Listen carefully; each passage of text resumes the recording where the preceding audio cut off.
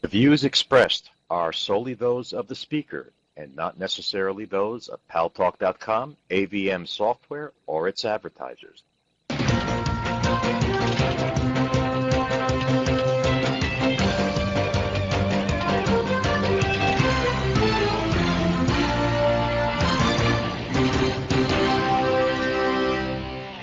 News Talk is online. News Talk Online, a production of Paltalk.com, the largest multimedia interactive program on the internet with more than 4 million unique users. On demand on iTunes and on YouTube and on my blog, GaryBaumgarten.com, where you can post your comments, whether you agree with yours truly or not, and where you should be subscribing to my Twitter feed, twitter.com/GaryBaumgarten, to get all the news you need to know, whether you may or may not see or hear or read about it on the mainstream media. And thanks to our great friends at CRN Digital Talk Radio, we're syndicated to an additional 12 million households. I am your host, Gary Baumgarten. I welcome you to the show. Before the show ends today, I will have an announcement about the big news that's coming up right here in this room in the future. But I'm not going to announce it now because we have to get right to this big story. I don't know what's going on in the Pacific Rim, but the Philippines were hit by a typhoon, and the response there, not at all dissimilar by the government than what we saw with this government, the Bush administration, with regard to Hurricane Katrina. They were obviously underprepared, and another typhoon may be bearing down on the Philippines. One hit Vietnam. An earthquake in Indonesia has resulted in more than 1,000 deaths. Figure still climbs. Last death toll I heard from Samoa and American Samoa from the tsunami was pretty high as well. It's pretty tragic what's happening out there. And we wanted to get some reports from the area.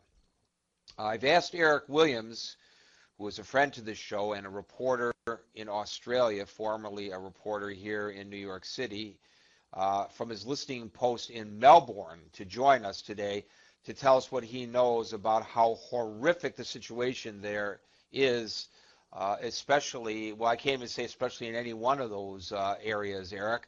They're all pretty bad. Eric Williams, welcome to News Talk Online on Paltalk.com.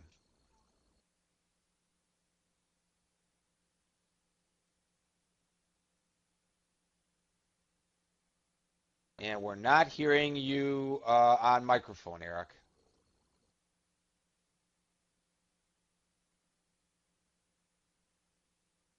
You're going to have to activate your microphone. I don't know why we're not hearing it. Well, that's just great. All right, okay. There is this you any are. better here? Now Okay, we got you. Okay, all right. I didn't know if I was doing the right thing or not. Anyway, good to be on here, and I would say good evening to you there in New York. It's early morning here in Melbourne, as the locals call it, even as the local local folks here call this town.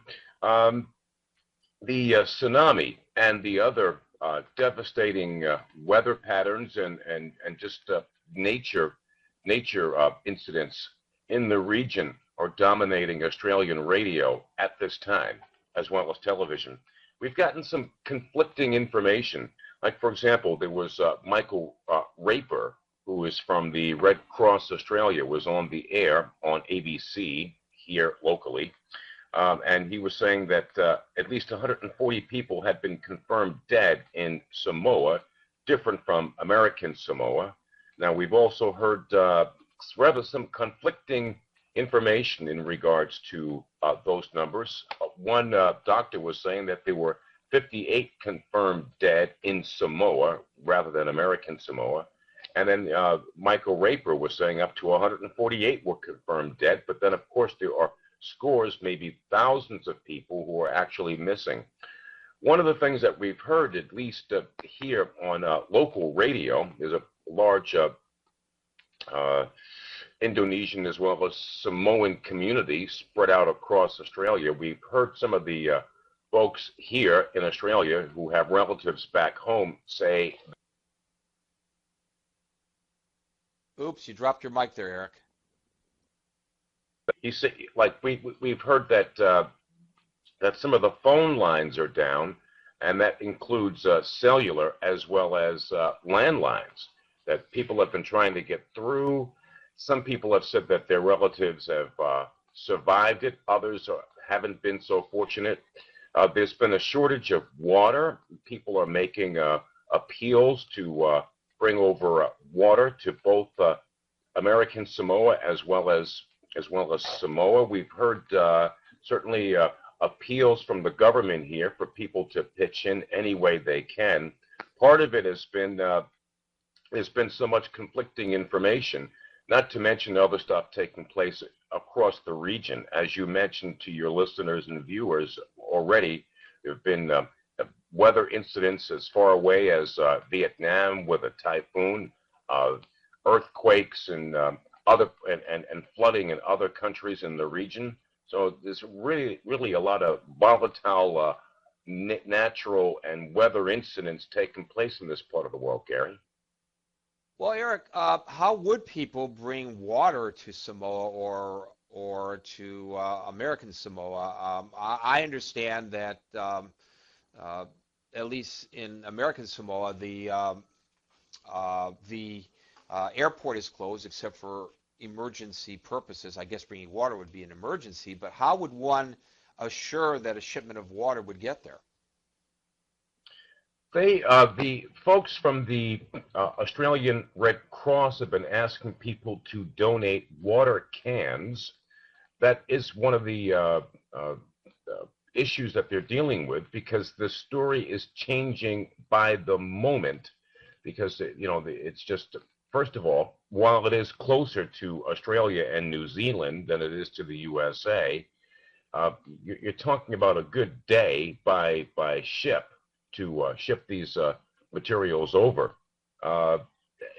People like this guy, Michael Raper, was talking about having people to call in and donate money and any kind of equipment that they can donate to help the people in both Samoa and American Samoa. So it sounds right now, at least, that one way of getting supplies to people there who have been afflicted with this, who have been impacted directly with this terrible event, to send over anything that you can that you think would be useful. And they're talking about shortages of water. They're talking about people even now, nearly a day afterwards, of moving to higher ground.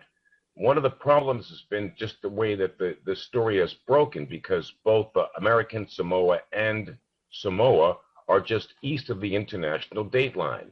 So by the time that this thing had hit, which was yesterday here in Australia, it was already Wednesday. There it was late Tuesday in both of those countries.